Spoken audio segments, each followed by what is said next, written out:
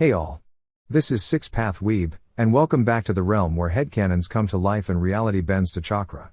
Today, we're diving deep into a fanfic twist that'll flip the hidden leaf on its head. What if Naruko was raised by the Akatsuki? Yeah. Let that sink in. A kunoichi shaped not by Konoha, but by the most feared rogue shinobi of the era. Disclaimer, this content is purely for entertainment and fan discussion. I do not own any of the anime footage or characters. Props to the brilliant creators and copyright holders behind Naruto. So grab your headbands and prep your shadow clones. Let's get into it. The Akatsuki was never born in a moment of evil, though history would remember it as the shadow lurking in the wake of war. It emerged from ruin, a product of suffering in a world that fed on its wounded. In the blood-soaked valleys of Amigakure, amidst the shattered remnants of war-torn villages and orphaned dreams, the Akatsuki was first conceived as a vessel of peace, an ideal held together by three children who had seen too much, too young. Nagato, Yahiko, and Konan. Survivors of the Second Shinobi World War, they bore the marks of trauma, but also the spark of revolution. Under the tutelage of the legendary Sannin, Jiraiya, the three orphans learned not just how to fight, but how to stand. For a time, their organization was pure, a network of like-minded shinobi seeking an end to constant warfare through diplomacy and unity. But ideals, like glass, are fragile. When Yahiko died, manipulated by Hanzo of the Salamander and betrayed by the very foundation they tried to build, Nagato broke. His Rinnegan, gifted by destiny or cursed by Madara Uchiha's long-dead will, became the instrument of his transformation.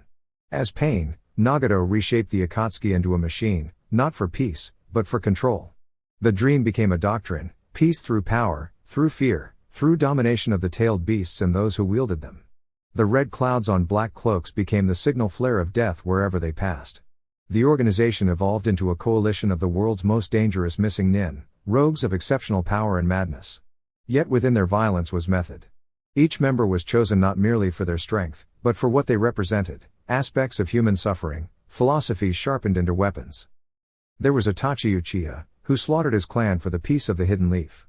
Kisame Hoshigaki, a shark who saw honesty in blood. Sasori, who turned human flesh into immortal art. Deidara, a mad sculptor of destruction. Kakuzu, a mercenary obsessed with immortality and money. Hidan, a zealot reveling in death. Zetsu, the whispering root of ancient schemes. Tobi, who was not who he claimed to be. They gathered slowly, operating in shadows and myths, acquiring the tailed beasts one by one. With every capture, the balance of power between the great nations teetered. The world believed them terrorists, but they saw themselves as architects of a new world order. The Akatsuki operated above the squabbles of villages, free from alliances, loyal only to their collective cause. Pain stood at their core like a god among men, delivering sermons of despair and judgment through the six paths, echoing his belief that only shared pain could bring understanding to humanity. It was into this world, twisted, wounded, and cold, that Naruko Uzumaki was born. In the timeline the world remembers, she was a boy, Naruto, the orphaned son of the fourth Hokage, branded by Konoha as the vessel of the nine-tailed fox. But in this altered thread of fate, she was a girl. Her name was Naruko, her face softer, her spirit no less fierce.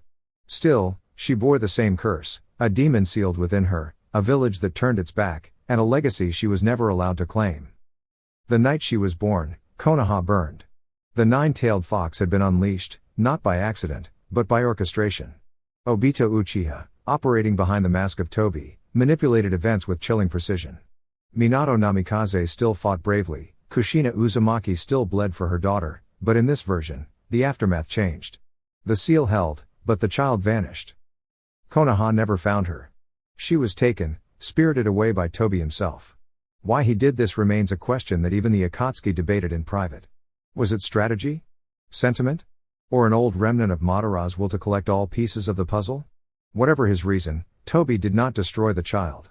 He delivered her into the fold of the Akatsuki, not as a hostage, but as an experiment, a variable injected into their growing plan. Nagato resisted at first.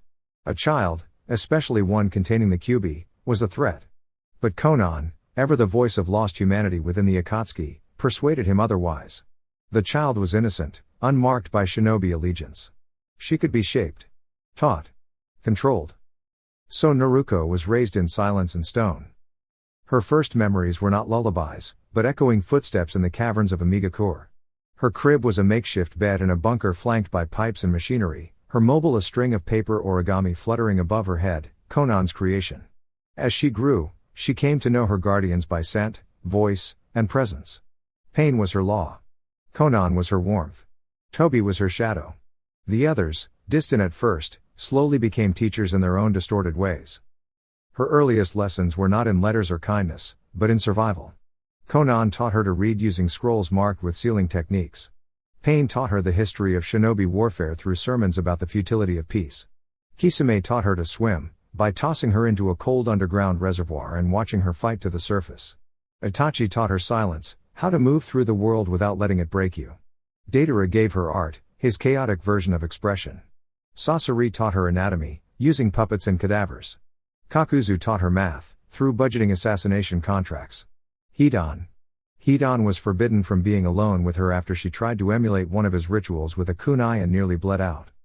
She did not grow like other children. There were no birthdays, no festivals, no friends. Her name was not cooed in affection, but spoken in calculated observation. The QB container. The girl. The variable.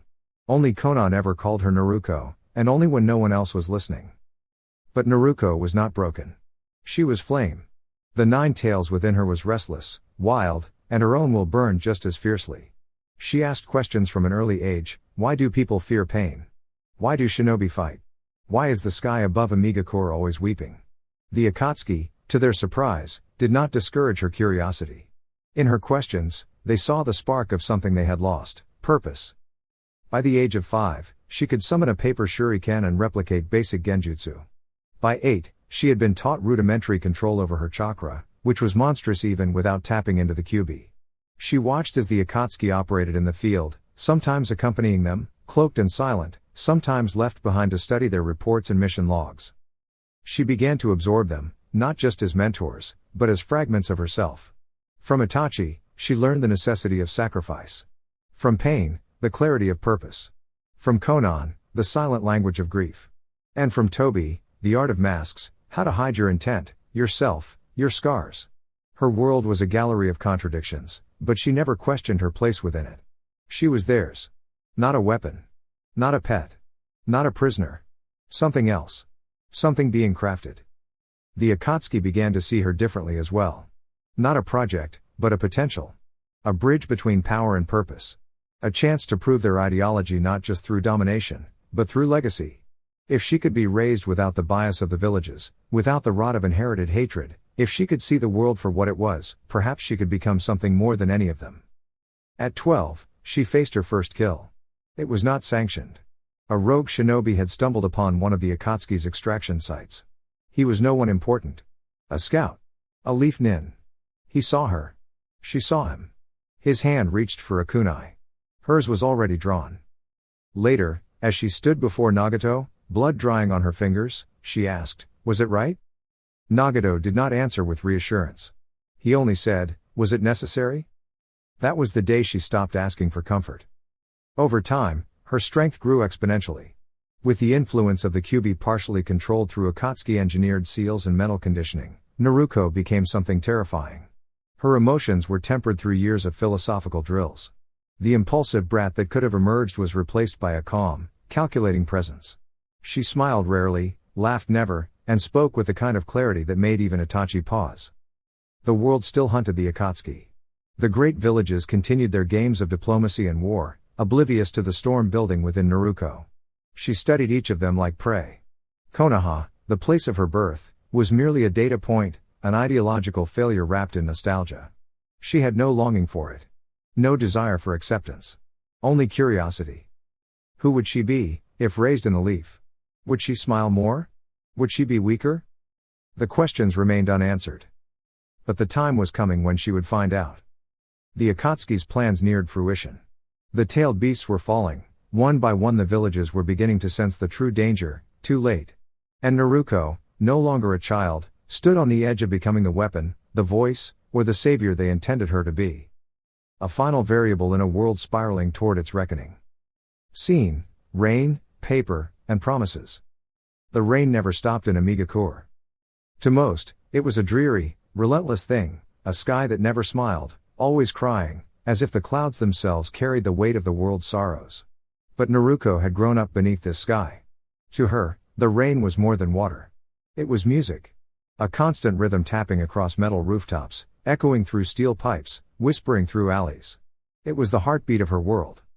She sat cross-legged on the balcony of the tallest tower, a thick gray cloak wrapped around her tiny shoulders.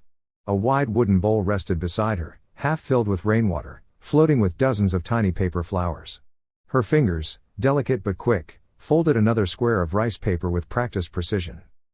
Behind her, soft footsteps approached.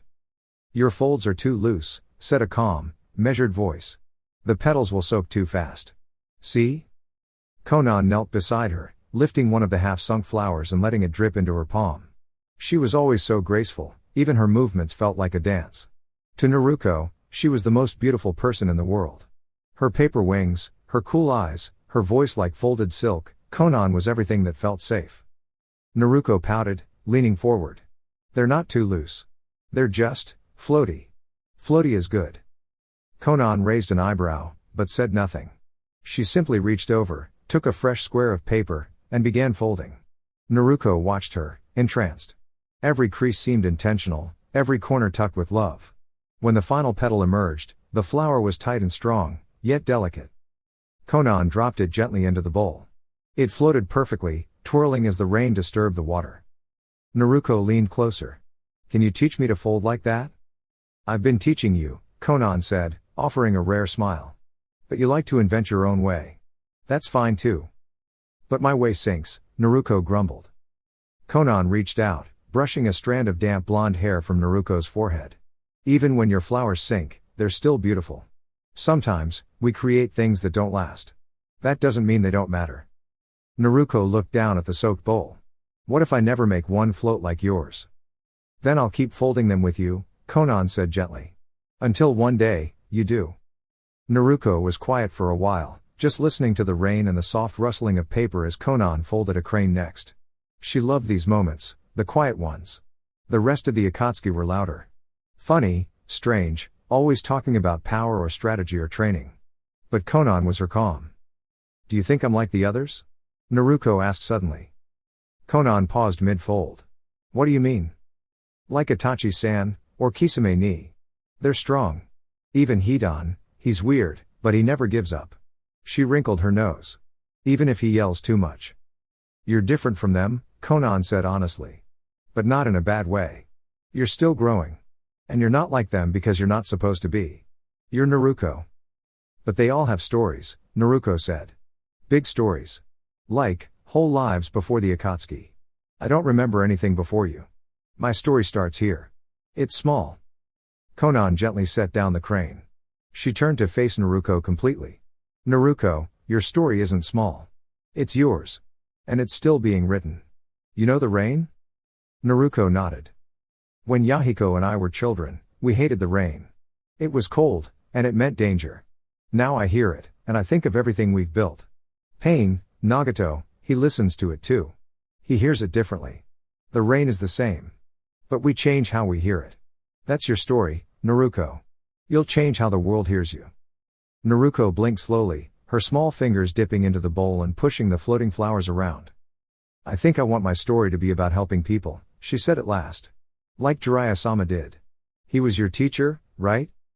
Konan's eyes softened. "He was." "Did he teach you paper jutsu?" "No," Konan chuckled. "That I taught myself." "Then maybe I can do that too," Naruko said, her voice suddenly brightening. "I can learn something no one else does. Then I can teach people. Like you taught me." Konan placed a gentle hand on Naruko's head. "You can be anything you want to be." A loud voice suddenly echoed from inside the tower. "Naruko. Come spar with me. I finished my nap and you promised." Datara voice bounced around the hallway like fireworks. Art through motion. Kaboom pow style. Naruko groaned. Datara senpai wants to practice again. He always makes me dodge his explosions, even though they're fake. Konan stood. "Then go. But remember, when you're done blowing things up, come fold another flower." Naruko jumped to her feet, grabbing the bowl with care. "Deal." As she ran inside, her laughter ringing through the halls, the bowl sloshed but stayed upright. Konan watched her disappear, a soft expression lingering on her face. In a world that had forgotten peace, maybe this child, raised by the strangest family of all, was the closest thing to a second chance. Scene: the stranger beyond the mist. The rain fell soft that evening, more like a whisper than a storm. Naruko crouched low behind a rusted water pipe, the wet metal cool beneath her palms. Her breath fogged in the air as she waited, every muscle still, her cloak wrapped tightly around her like a second skin. Above her, the industrial skyline of Omegakure loomed in its usual gloom, tall towers, glowing lights, metal scaffolding wrapped around the bones of forgotten buildings. But here, at the edge of the city, where the mist from the lower reservoirs gathered in lazy clouds, the rain felt different. It felt like a veil. She wasn't supposed to be here.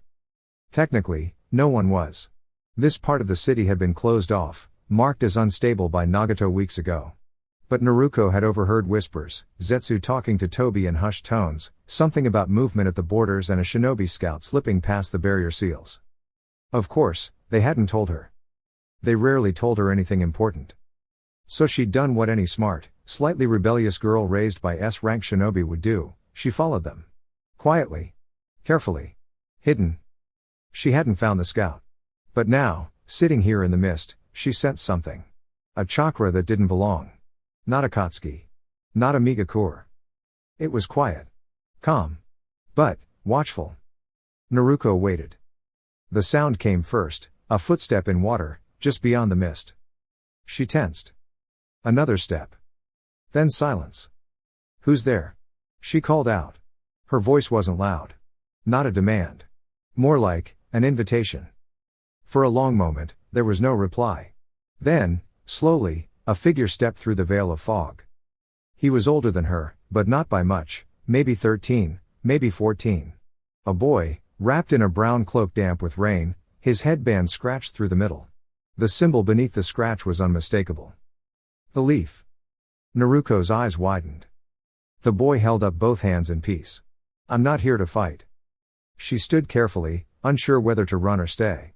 You're from Konoha. He nodded. I'm a scout. I didn't think anyone would actually find me. But you're not what I expected. Naruko tilted her head, studying him. What did you expect? I don't know. Not a kid. Not someone like you. I'm stronger than I look, she said, lifting her chin slightly. I believe you, he replied without mockery. But you're also alone. She frowned. I'm not alone.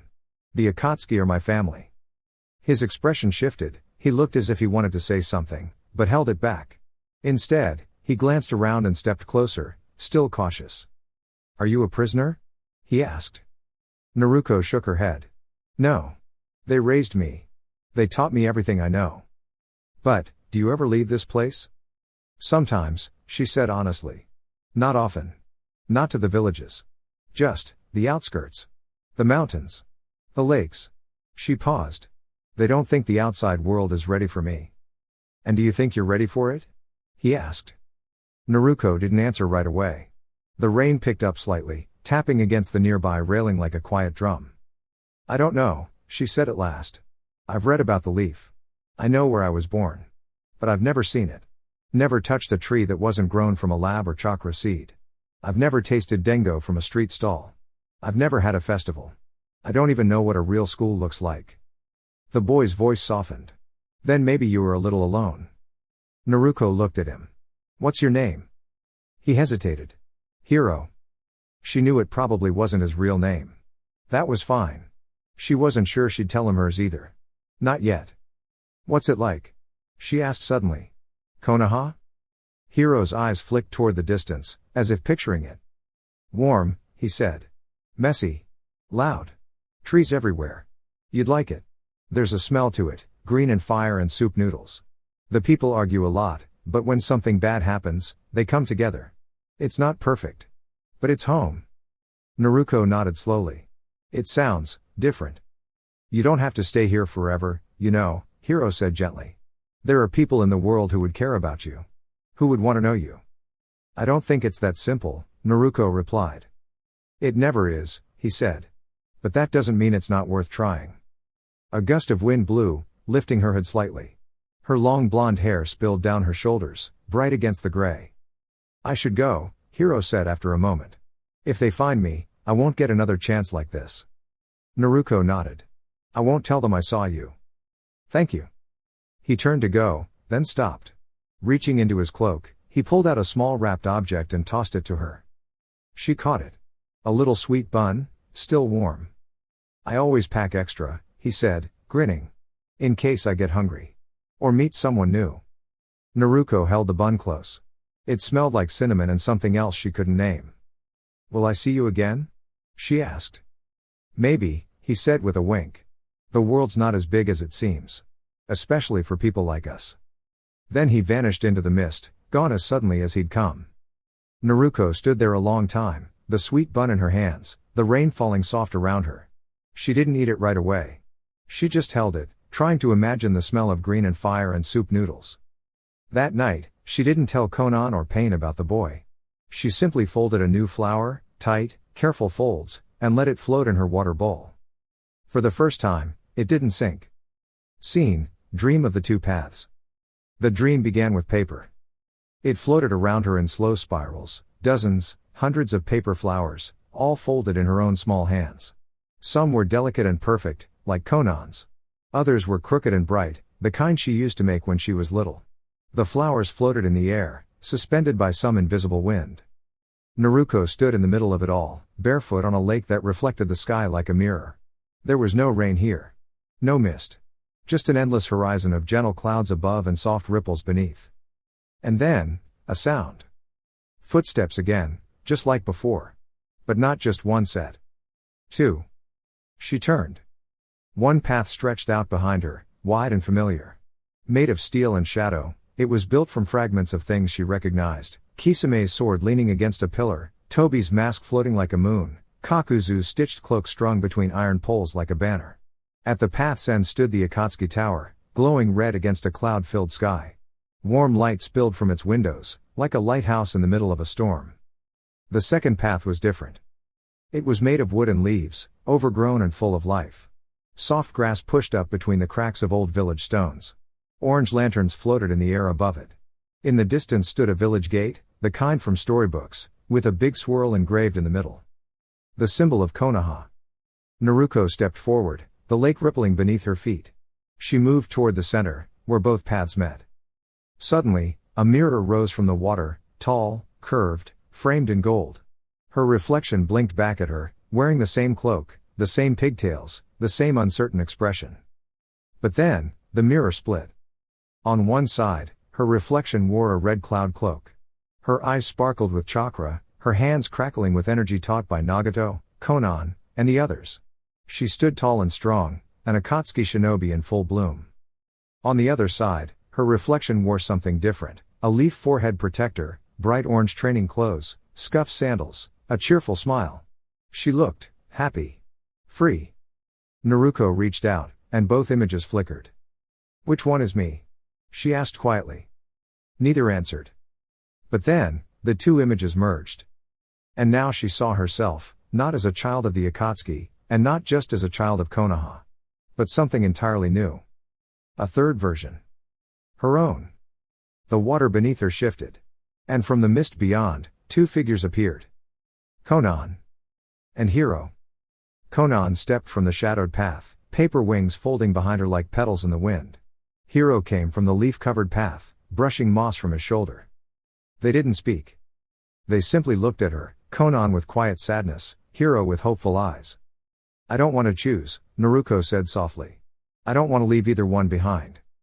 Konan raised her hand, and a single paper crane flew forward, settling into Naruko's palm.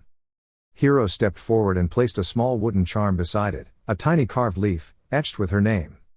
The crane and the charm glowed, then fused into a new symbol in her hand. A swirl surrounded by delicate paper wings. A seal. Her own seal. And then the world began to dissolve. The paper floated upward, spinning faster, the water lifting into the air like reversed rain. The light from both towers, Akatsuki red and Konoha gold, merged into a sunrise that stretched across the dream sky. Naruko felt her eyes grow heavy, as if even in the dream she were falling asleep again. And as everything faded, she heard a voice, her own voice, older and steadier, speak from somewhere deep inside her. I will find a way to belong to both. I don't have to be one or the other. I can be both. Or neither. I can be me. And then she woke. The rain returned the next morning, steady and soft. Naruko stood by the window of her room at the top of the east tower, her chin resting on her hands as she looked out over the iron forest of Amigakure. Pipes hissed below, rooftops shimmered wet with mist, and in the distance, the highest spire of the Akatsuki tower gleamed red against the gray sky. But her mind was far away. The dream still lingered, its echo quiet but persistent. Even awake, she could still feel the wooden charm and the paper crane in her hand, their warmth nestled in her palm. She hadn't told anyone about the meeting with Hiro, or the strange vision that had followed. But something inside her had shifted. She felt like two puzzle pieces stuck together, one shaped like lightning and red clouds, and the other like leaves and sunlight. The seams didn't quite match. And yet, she felt like she was both. Or wanted to be. That afternoon, the base was unusually quiet. Pain and Konan had left on a sealed diplomatic mission. Datara and Sasori were away showcasing one of their non-explosive art demonstrations to a client village. Kisame was deep underwater training, and Tobi was, well, missing again. Which left her alone in the training hall. Or so she thought. She threw her kunai at the wall, trying to aim precisely. Her grip was off. Again. She adjusted. Tried again. Missed again. Frustrated, she sighed and sat down hard on the mat, the wooden floor creaking under her. "You're throwing too quickly," came a voice from the far corner. Naruko startled slightly and turned. From the shadows, a figure stepped forward, calm and quiet. She recognized him instantly, not because he moved quickly or spoke loudly, but because his presence was unmistakable. Subtle, but sharp. Like cold air before a snowstorm. Itachi Uchiha. He walked slowly, hands tucked inside his cloak sleeves. His dark eyes observed her, not in judgment, but in thought. Always in thought. Naruko stood, brushing dust from her pants. "I didn't think anyone was here." "You're not the only one who trains when the base is quiet," he said. "Sometimes it's easier to focus when no one is watching." She gave a half smile. "I thought you never needed to train. You're already perfect." He raised an eyebrow very slightly. "Everyone needs to train. Even perfection has its limits." There was a pause. "You seem distracted," he added. Naruko shrugged, moving toward the wall to retrieve her kunai. "Just tired." "You don't look tired," he said softly. That stopped her. She turned around, kunai dangling loosely in her fingers. "Then how do I look?" Itachi didn't answer immediately. He walked slowly toward the mat and sat cross-legged in the center, his cloak pooling around him like ink in water. He looked up at her and said, like someone who's asking questions but afraid of the answers. That made her stomach twist. For a long time, she didn't speak. Then she walked over and sat down across from him, mirroring his posture. "Have you ever wondered what it would have been like if you stayed in Konoha?" she asked. The question came out quietly, as if afraid of its own weight. "Yes," he said simply. She blinked. She'd expected hesitation. Maybe denial. But his reply was immediate and steady. "Do you miss it?" she asked. Itachi didn't answer right away. His gaze was distant, thoughtful. "I miss certain things. A smell. A sound. The way leaves crunch in the fall. I miss my brother. But I do not miss the choices I was forced to make there." Naruko looked down. "I don't remember Konoha. Not really. I know I was born there. I know the Akatsuki took me in. But sometimes I feel like I'm made of missing pieces. Like there's a part of me out there somewhere." Itachi studied her, not like a shinobi measuring a threat, but like an older sibling trying to understand a younger one. Slowly, he reached into his cloak and pulled out a folded cloth. Inside it was a tiny fan-shaped trinket, a Uchiha clan symbol, carved into a polished stone. "This is the only thing I kept," he said. "Everything else was memory. And even memories change. You'll have to decide what to hold on to, and what to let go." Naruko hesitated. "But what if I don't want to let go? What if I want to learn more?" "Then you should," Itachi said. "Questions are not weakness. Pretending they don't exist is." That struck her deeply. She leaned back, legs folding to the side, the kunai still in her hands. "Do you think the others would understand? If I wanted to know more about where I came from?" "Some might. Others won't. But that doesn't mean you shouldn't ask." She looked at him again, more carefully. "You don't talk like the others." He offered a faint smile. "That's because I'm not like the others." There was a pause, comfortable and quiet. The rain tapped against the tall windows like a soft drumbeat. Naruko turned to face him fully. Would you help me? With what? He asked. With figuring it out. Who I am. Who I'm supposed to be. Itachi looked at her for a long moment. Then, with the gentlest of nods, he said, I will walk beside you. But the path, you must choose. Naruko felt something lift in her chest. Not an answer. But permission to look for one. From that day forward, Itachi began to train with her in secret. But their sessions were not like others in the compound. There were no shouts, no flashy jutsu. They spoke more than they fought. He taught her how to listen, to chakra, to silence, to herself. Sometimes he would hand her a scroll and say, tell me what this makes you feel. Other times he would simply sit with her and say nothing at all, letting the silence say everything. She began to dream less of battles and more of bridges. Between the Akatsuki and Konoha. Between the girl she was and the one she wanted to become. She never stopped loving the Akatsuki. She still laughed at Tobi's antics, still admired Konan's grace, still leaned into Kisame's wild stories and Datara explosive lessons on art. But now, she also read books about the 5 nations. She studied leaf tactics and learned about the Hokage. She tried to remember the lullabies Jiraiya used to sing when he visited, his scent always slightly like smoke and ink. She even wrote letters, one she never sent, addressed to the boy named Hiro.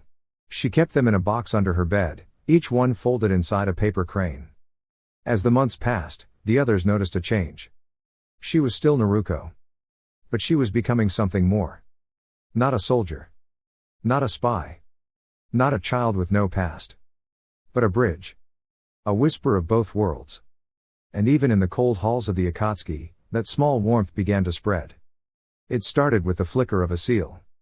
Naruko had just returned from her 3rd silent training with Itachi when she saw it, a faint shimmer along her bedroom wall, an ink mark glowing red at the edge of her ceiling, partially hidden behind the ventilation pipe. She froze. Her breath caught. It wasn't one of her traps. She hadn't placed that seal. Someone had been watching her. She didn't panic. She'd learned that from Konan. But her mind raced. If she could see the seal, it meant someone wanted her to know it had been seen. A warning. A message. Or both. She sat on the floor, quiet and still, and waited. 10 minutes later, a quiet knock came at her door. Not pounding. Not angry. Just soft. But heavy. She opened the door and looked up. There stood Konan, as composed as always, her paper flower gently tucked behind her ear. But something in her eyes said this wasn't a check-in. This was a summons. Come, Konan said simply. Naruko followed without question. They crossed the long inner bridge of the Akatsuki Tower, the sky above them rumbling with low clouds, the wind biting cold against the exposed walkways. The rain held off, just barely, but the air shimmered with the weight of something approaching. They arrived at the central hall. Tall, curved windows lined the walls, casting dull light across the stone floor. Nagato stood at the far end near the throne, his real body, not the Devapath puppet. Pale, thin, and tall, with eyes that saw through more than just surfaces. The Rinnegan. He didn't look angry. He looked tired. Leave us, Nagato said without turning. Konan glanced once at Naruko, then nodded and departed without a sound, her cloak fluttering like wings behind her. The great doors closed with a soft thud. Naruko waited. Nagato finally turned, the faint lines of age and weariness carved across his face like stone paths on a mountain. His gaze fell on her, not sharp, but steady. You've been training, he said. Naruko nodded. Yes. Privately. With Itachi. Another nod. Yes. He didn't accuse her. He didn't shout. But his voice carried a weight that made her feel very small in the wide, cold hall. You've grown stronger. That's not what troubles me. Naruko stepped forward slightly, unsure whether to defend or explain. Then what does? Nagato paused before speaking. You've begun asking questions you never used to ask. You read scrolls from the outside. You draw maps. You dream of places that are not here. She opened her mouth. Closed it again. He took a step closer. You met someone. A Leaf Scout. Didn't you? Her heart dropped. The air felt suddenly thinner. She started. I didn't tell him anything. I didn't give away.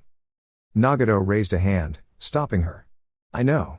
If you had, he would not have left alive. That silence was colder than any wind. I had him followed, Nagato continued, his voice calm. But I wanted to see what you would do. I needed to understand whether you were curious or compromised. I'm not a traitor, Naruko said quickly, too quickly. I didn't say you were, Nagato replied, eyes narrowing slightly. But curiosity, left unchecked, can become doubt. And doubt can become betrayal. That word hit harder than a thrown kunai. Naruko's voice trembled, but she stood straight. I never lied to you. I've trained. I've followed orders. I've worked harder than any of the others. I earned my place. You did, Nagato said. Then why does it feel like you don't trust me? She asked, frustration creeping into her tone. Nagato stepped forward again, slowly, until only a few feet remained between them. Because the world we live in has no room for children torn between two homes. Naruko's eyes stung. So I'm not allowed to want to know who I am? You are who we raised you to be, he said firmly. But that's not the whole story, she whispered. A long silence passed. The wind howled faintly through the windows above. Somewhere, a pipe hissed. Then, finally, Nagato spoke again, quieter now. When we took you in, you were just a child. A vessel. An unwanted burden left behind by a village too afraid of its own mistakes. You were unloved. Unprotected. I know, Naruko said. We gave you power, he continued. Purpose. We gave you the right to shape the world. You did, she said. But you also gave me something else. He raised an eyebrow. A choice. Now Nagato looked at her carefully. You believe you have a choice? I think I need one. Another silence.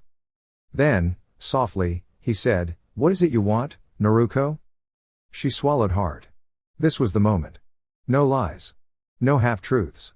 Just the thing that had been living inside her chest since that first encounter in the mist. I want to understand the world, she said. Not just through missions. Or lessons. But really understand it. I want to walk in villages. Talk to people. Learn where I came from. And choose, someday, what kind of shinobi I want to be. Not the kind people make me be. Nagato's eyes didn't narrow. They didn't soften either. They simply observed. You want freedom, he said. I want a future. At that, he turned, walking slowly back to the throne. He sat down, his thin hands resting on the carved arms. I cannot promise you both, he said at last. Not in this world. But I can promise you that the path you're choosing will not be easy. You'll lose the trust of some. You'll feel torn. And you may come to regret it. I'd rather regret something I chose, Naruko said, than something I never dared to ask for. Nagato sat in silence. Then, with a slow breath, he said, very well. Naruko blinked. What? I will allow Itachi to continue training you. Under my watch. No secrets. No disappearances. No disobedience. In exchange, you stay loyal to the Akatsuki while you learn. When the time comes, if you still wish to see the world beyond, truly see it, we will decide together. It wasn't full freedom. But it was a beginning. She nodded slowly. Thank you. Nagato stood again, tall and quiet.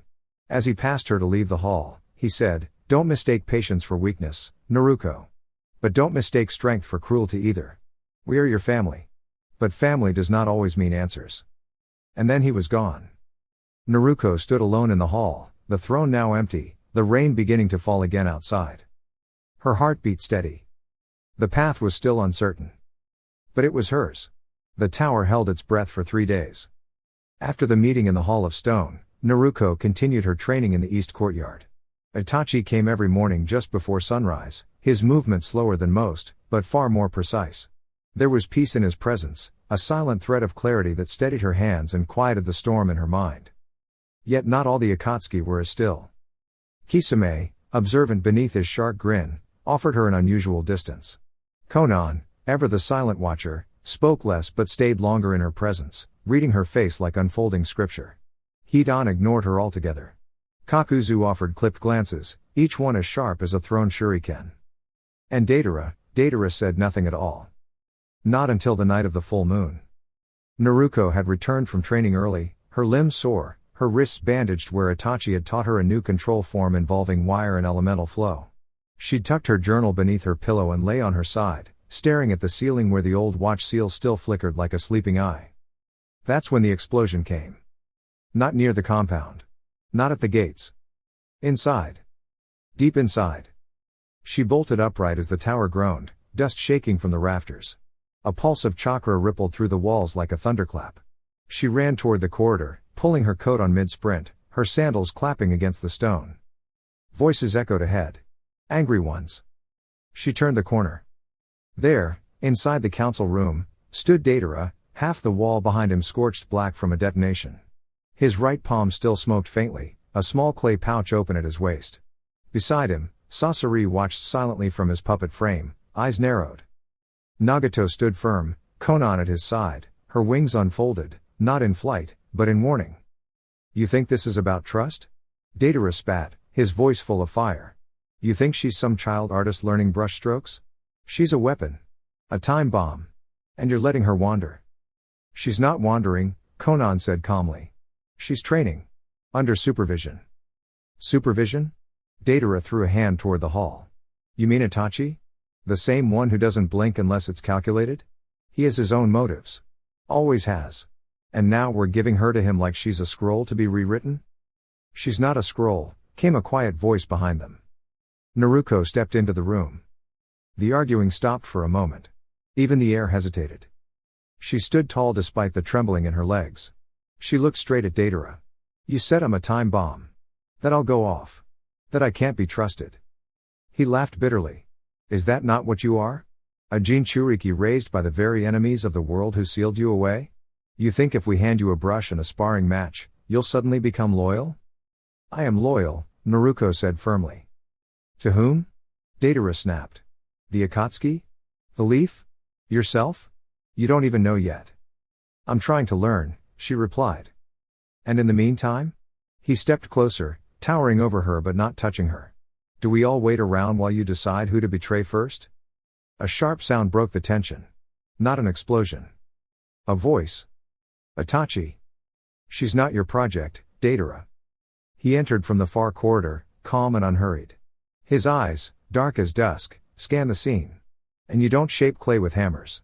You destroy it. Datara jaw clenched. You think you're so wise. So above us. You never fully committed either.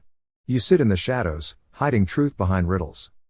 And you hide fear behind noise, Itachi replied. Nagato raised a hand. Silence fell again. This ends here, he said. There will be no more internal strikes. If any member threatens another, especially unprovoked, the punishment will be absolute. Datara laughed again, but it was sharp and humorless. You're protecting her. One of the only weapons we have worth shaping. And you're softening her. She is not soft, Konan said gently. She's searching. Datara turned, cloak whipping behind him. Then let her search. Just don't expect us to catch her when she falls. He left without another word. Sasori followed quietly. Naruko remained, breathing hard, trying to hold her tears in place. Not because she was afraid. Because she understood. He wasn't just angry. He was afraid. Afraid she would leave. That she would take something with her when she went. That she would become proof the Akatsuki was changing, and not all of them wanted change. Later that night, Naruko sat on the high spire rooftop, knees tucked to her chest, cloak wrapped around her shoulders. The wind was cold. Below her, the lights of a Megakure shimmered like river stones. Itachi appeared beside her quietly, not asking permission to sit. He didn't need to. I didn't want to be a problem, she said, voice low. You're not a problem, he said. You're a mirror. She looked at him, confused. He continued, when people see you, they don't just see you. They see what they fear. What they regret. What they wish they could change. That's what mirrors do. They reflect truth, whether it's comfortable or not. Naruko hugged her knees tighter. So what am I supposed to do? Keep reflecting, Itachi said. But choose what to reflect. Not every truth has to become your burden. Let them carry their own. A long silence passed between them. Then, slowly, Naruko pulled something from her pocket. A folded paper crane. This one painted in half red, half green. I think I want to visit the border, she said. Not cross it. Just see what's there. Itachi said nothing for a moment. He nodded once. I'll walk with you. In the dim corridors of the Akatsuki's hidden stronghold, Naruko Uzumaki found herself at a crossroads. Raised by the very organization that many deemed the epitome of darkness, she had grown under the tutelage of formidable figures like Itachi Uchiha and Kisame Hoshigaki. Yet, As she matured, questions began to surface, questions about her origins, her purpose, and the path she was meant to tread.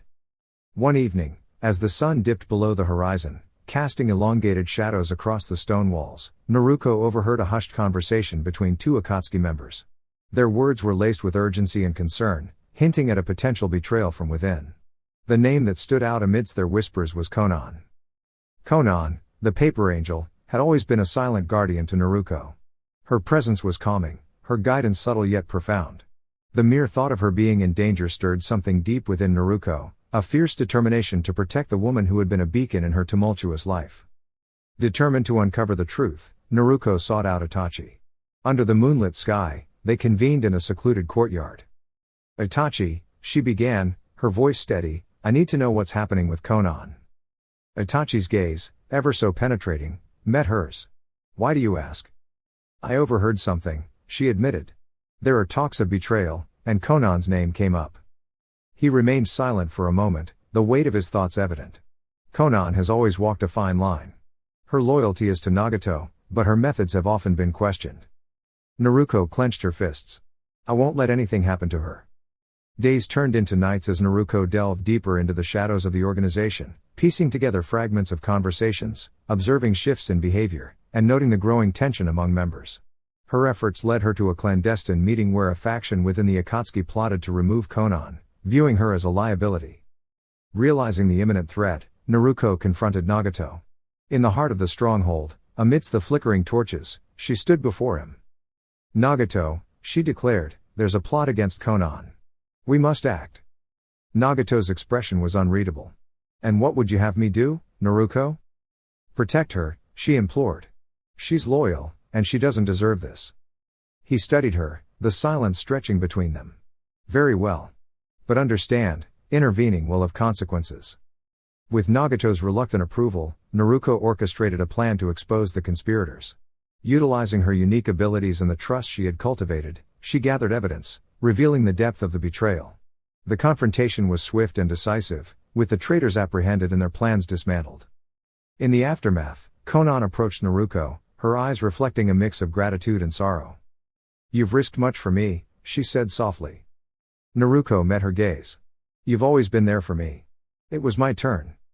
This pivotal moment solidified Naruko's place within the Akatsuki, not just as a member, but as a force to be reckoned with, a protector, a strategist, and above all, a beacon of change within an organization shrouded in darkness. The days that followed the exposure of the conspirators were heavy with an uneasy calm. The stronghold of the Akatsuki no longer felt like a single fortress but a fractured web of fragile alliances and simmering distrust. Though the immediate threat to Konan had been quashed, Naruko understood that the peace was temporary, a fragile veil stretched thin over deeper, unspoken tensions. Every shadow in the corridors seemed to stretch longer, every glance cast her way felt weighted with suspicion or veiled curiosity. She was no longer just the ward of Nagato or a trainee of Itachi, she had become a symbol, a fulcrum upon which the future balance of power might tilt. Konan, for her part, withdrew slightly from the others. Her usual serene composure was now tinged with a quiet wariness, her paper wings folding more tightly around her as if shielding some hidden fragility. Naruko watched her from a distance, catching moments when Konan's eyes would drift to the horizon, as if searching for something lost or uncertain. It was in those moments that Naruko felt the weight of responsibility settle even more heavily on her shoulders. Protecting Konan was no longer about simply preventing harm, it was about preserving the very spirit of what the Akatsuki once believed they stood for, hope forged from pain, unity born from loss. Itachi approached her one evening as the sun dipped low, casting a molten glow over the courtyard where she practiced quietly. His expression was calm but carried the unmistakable weight of the burden they both bore. "You have changed the course of this organization," he said softly, his voice low enough that only she could hear. "Your courage to stand alone against those who would see us undone. It has given others hope, though many would never admit it." Naruko paused, the wind tousling her hair as she looked up at him. "Do you think the Akatsuki can change?" she asked quietly, the question hanging between them like a fragile thread. "It must," Itachi replied. "If it does not, then it will be nothing more than a shadow chasing ghosts, forever haunted by its own past." Their conversation was interrupted by the distant sound of footsteps, heavy, deliberate. It was Kisame, his imposing figure cutting through the dimming light as he approached. He stopped beside them, nodding briefly at Naruko, a rare gesture of respect. "We move forward," Kisame said simply. But not everyone will walk with us. The warning in his tone was clear. There were those still bound to the old ways, to suspicion and fear, who viewed Naruko's rise and the protection of Konan as a dangerous divergence. Whispers of dissent brewed like a storm on the horizon, threatening to unravel the fragile peace. In the following days, Naruko found herself caught in a whirlwind of covert meetings and guarded conversations. She learned to navigate the labyrinth of loyalty and deceit with growing skill, balancing the delicate act of commanding respect without inciting further conflict. It was during one such meeting that the true challenge revealed itself. Late one night, as the stronghold lay shrouded in silence, Naruko received a secret summons to the eastern tower. Her heart pounded as she ascended the spiral staircase, the shadows deepening around her. At the top, Konan awaited, her expression grave. "There is a new threat," Konan said, her voice barely above a whisper. "Not from outside, but from within." Naruko listened as Konan detailed a plot orchestrated by those who believed the Akatsuki's mission must remain untainted by mercy or compromise. Their target was not only Nagato but anyone who symbolized change, Naruko herself included. "Their plan is to isolate and remove us," Konan said. "We must act before they strike." The weight of the revelation settled like stone in Naruko's chest. She knew what was at stake, not just her life or Konan's, but the fragile hope for an Akatsuki reborn. Together, they crafted a strategy that relied on stealth, trust, and the unexpected alliances Naruko had nurtured. It was a gamble, a test of everything she had learned and everything she was willing to risk. The night of the confrontation arrived cloaked in heavy fog, the silence thick with anticipation. As shadows moved through the corridors, Naruko stood ready, not as a pawn or a tool, but as a protector. Her senses sharpened, her resolve hardened. When the conspirators struck, they found themselves met not with fear or submission but with fierce resistance.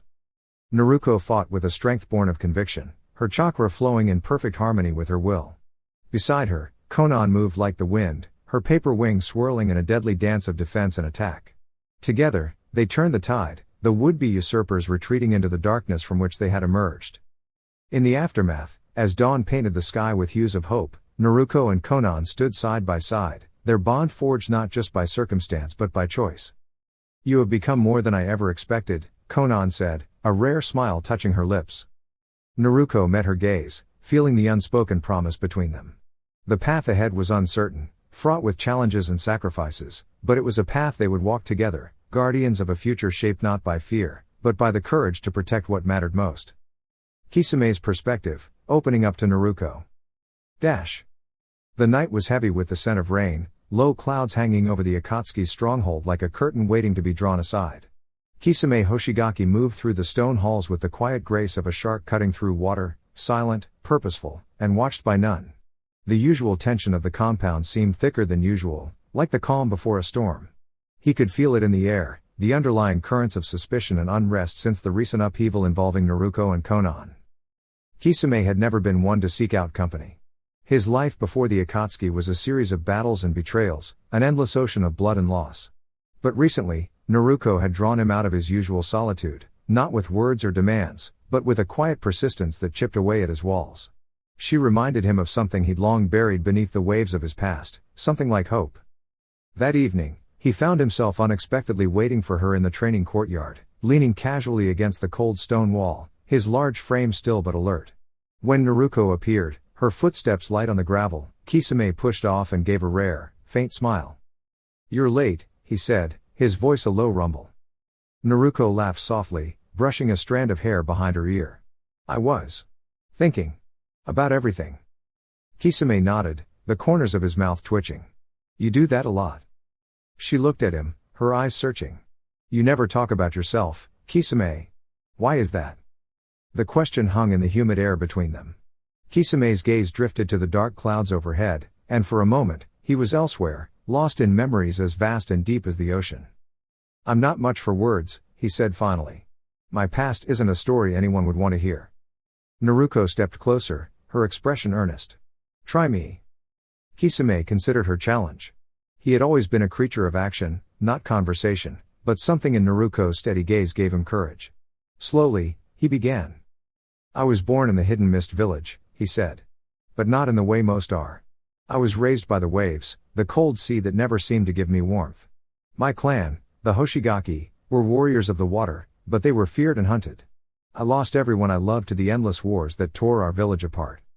He paused, the memories crashing against his mind like storm waves. I was left alone, drowning in grief. That's when the Akatsuki found me. Naruko listened intently, her hands folded in front of her.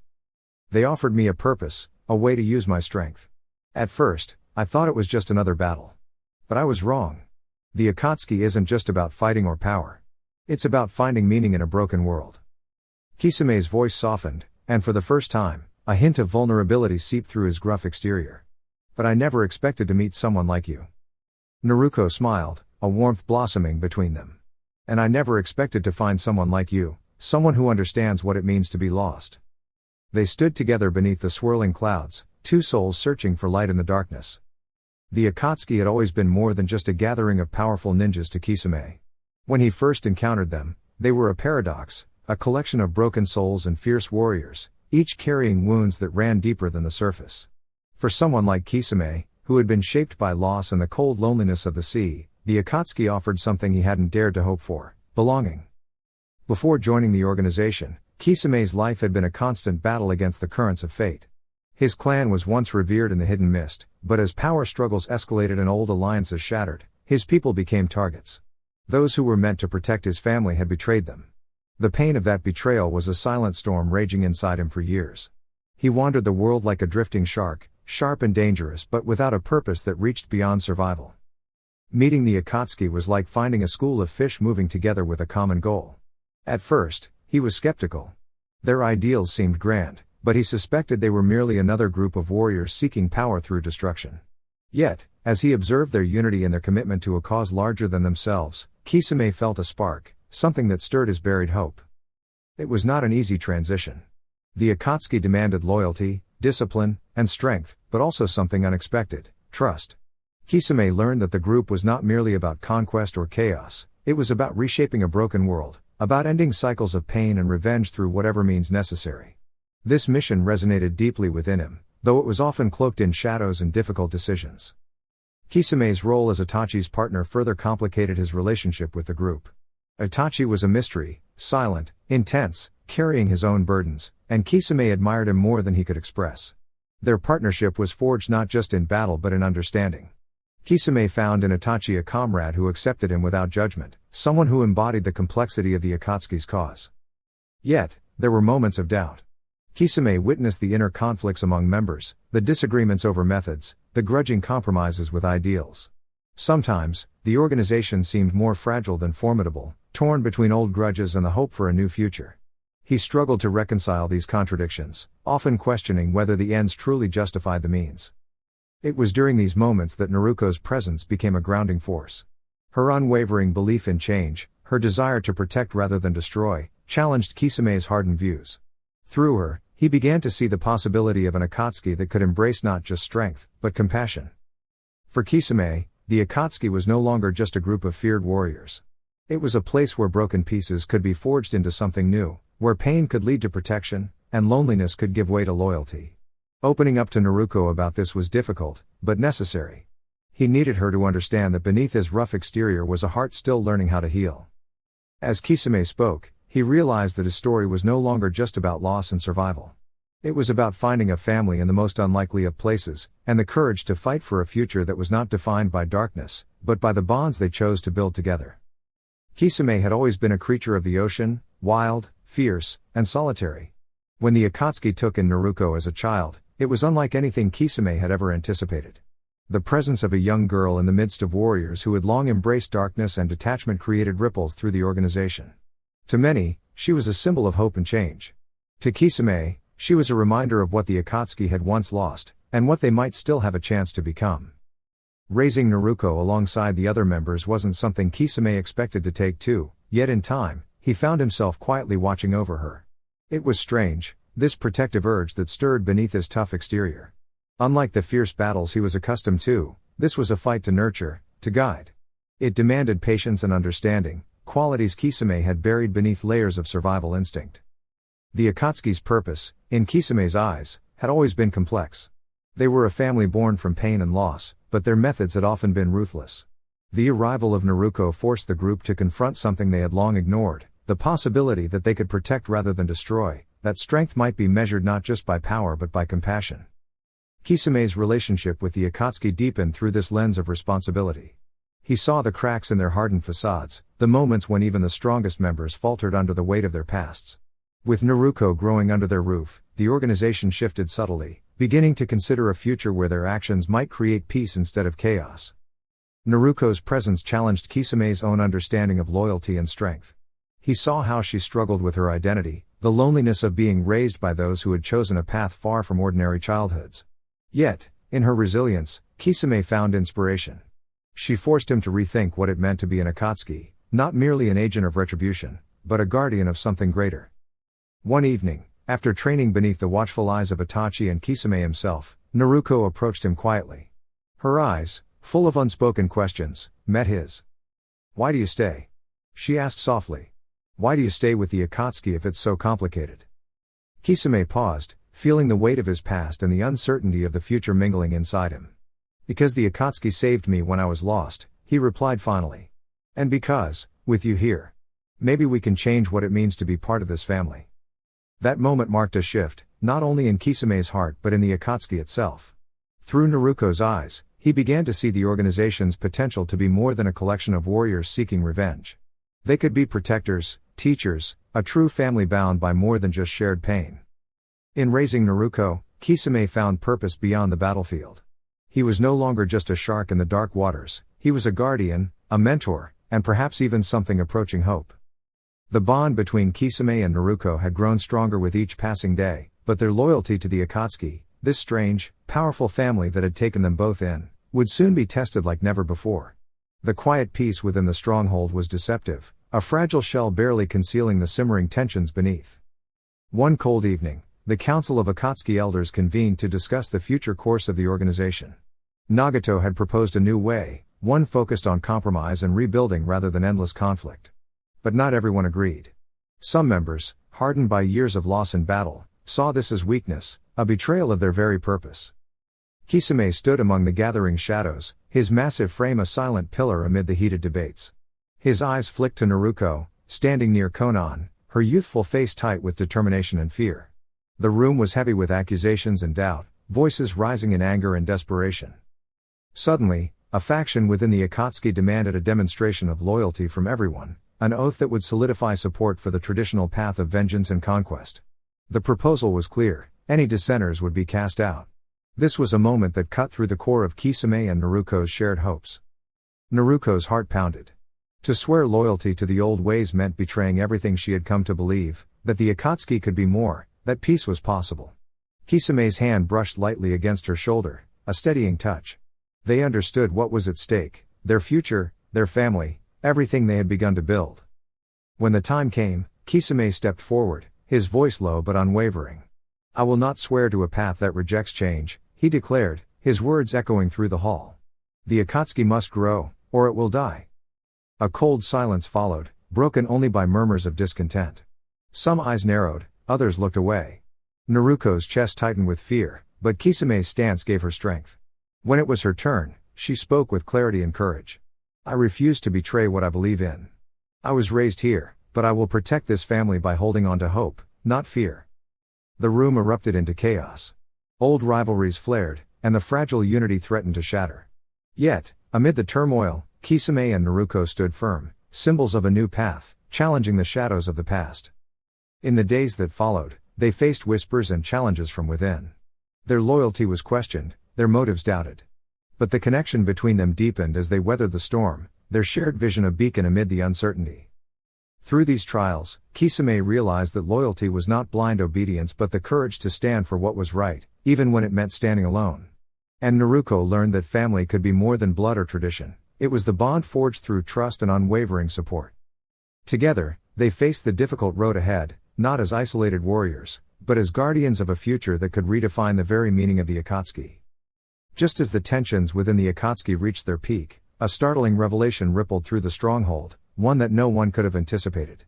Buried deep within the ancient scrolls of the organization's founder, a prophecy was uncovered, one that spoke of a child born not from the world's pain, but from its hope, a child destined to reshape the Akatsuki's fate. Naruko's name was whispered among the shadows. The prophecy described a beacon of change, a child raised among warriors of darkness, yet carrying the light to forge a new path. It spoke of trials that would test this child's heart, challenges that would force them to confront the deepest fears of the organization. Most importantly, it foretold a choice, between preserving the Akatsuki's legacy of vengeance or breaking free to create a future where pain no longer dictated their lives. This revelation sent shockwaves through the leadership. Some embraced it as a sign that Naruko was the key to redemption, the living proof that the Akatsuki could evolve. Others saw it as a threat, a dangerous gamble that could unravel the very foundation of their existence. Kisame, torn between his fierce loyalty and the protective instincts awakened by raising Naruko, found himself at the center of this storm. The prophecy forced every member to confront what they truly wanted, to remain chained to the past or to embrace the uncertain promise of change. Naruko, carrying the weight of destiny, grappled with her identity. Was she merely a symbol, a pawn in a game far bigger than herself? Or could she become the leader who united a fractured family, guiding them from darkness into light? This twist deepened the core conflict, weaving destiny, choice, and loyalty into the fabric of their story. The Akatsuki was no longer just an organization or a family, it was a crucible where fate itself was being forged anew. The heavy air of the Akatsuki stronghold shifted with the gravity of the prophecy's revelation. Whispers echoed through stone corridors and flickered in flickering torchlight, words of destiny, fear, hope, and change. Naruko stood in the center of it all, a child no longer just defined by the battles she fought or the shadows she grew up in, but as a symbol of something greater. Something that had the power to rewrite the fate of the Akatsuki itself. Kisame watched her closely, his deep-set eyes reflecting a mix of pride and concern. The weight of the prophecy was not just hers to bear, it was theirs. They were bound together in this moment, not just by their pasts or their shared upbringing, but by the fragile future that stretched uncertain before them. As the council convened to address this revelation, voices clashed, some filled with fierce conviction, others with tentative hope. Nagato, once a leader hardened by war and loss, spoke with an urgency born of years spent seeking peace. This child, Naruko, is not just a prophecy. She is a chance to heal what has been broken for so long. But there were those who could not let go of the past, who saw the prophecy as a threat to the very essence of their identity. The Akatsuki's strength comes from its pain, one member growled. To abandon that is to lose ourselves. In the midst of the debate, Kisame stepped forward. His voice, usually low and steady, carried the weight of his conviction. We were all born from pain. That is true. But pain alone does not define us. We are more than the battles we have fought or the losses we have endured. Naruko represents our future, a future where we choose what defines us, not what haunts us. Naruko's eyes burned with determination. I was raised here, by all of you. I carry your strength and your struggles. But I will not be bound by the past. I will protect this family by forging a new path, one where we rise above our pain instead of being consumed by it. The room fell silent, the tension palpable. It was a turning point, a crossroads that could either tear the Akatsuki apart or bind them closer than ever before. In the days that followed, Kisame and Naruko worked tirelessly, not as warriors preparing for battle, but as leaders nurturing a fragile hope. They reached out to those wavering in doubt, listening to fears and offering reassurance. Slowly, the old wounds began to heal, replaced by a tentative trust. Naruko's training took on new meaning. No longer was it about becoming the strongest fighter, but about understanding her role as a beacon of change. Kisame, once a solitary shark roaming the depths of his own sorrow, found purpose in guiding her, not just in combat, but in the strength it took to lead with compassion. Together, they faced challenges that tested their resolve, the doubts whispered behind closed doors, the scars of old grudges, and the ever-present shadow of a violent past. Yet, with each trial, they grew stronger, their bond a testament to the power of chosen family. One evening, as the sun dipped below the horizon, casting a warm glow over the stronghold, Kisame and Naruko stood side by side on a high balcony. The wind carried the scent of the sea, a reminder of Kisame's own beginnings. Naruko spoke softly, "Do you think we can really change the Akatsuki? Can we turn this story into something new?" Kisame smiled, a rare softness in his eyes.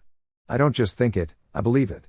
Because you remind me that even in the darkest depths, there is always light waiting to break through." And in that moment, beneath the vast sky, they understood the truth at the heart of their journey. The Akatsuki was no longer a symbol of despair, but a family reborn, stronger, wiser, and bound by hope. Naruko's story was not just what if she was raised by the Akatsuki. It was what happens when hope is nurtured in the most unlikely of places, and how even the fiercest warriors can choose to protect rather than destroy. Their future was unwritten, but one thing was certain: together, they would shape it with courage, compassion, and an unbreakable bond. Thank you all for joining me on this journey. Though the story was brief, it carried a meaningful message at its heart. I hope you found it engaging and thought-provoking. Stay tuned for more stories to come. Until next time. 6 Path Weeb.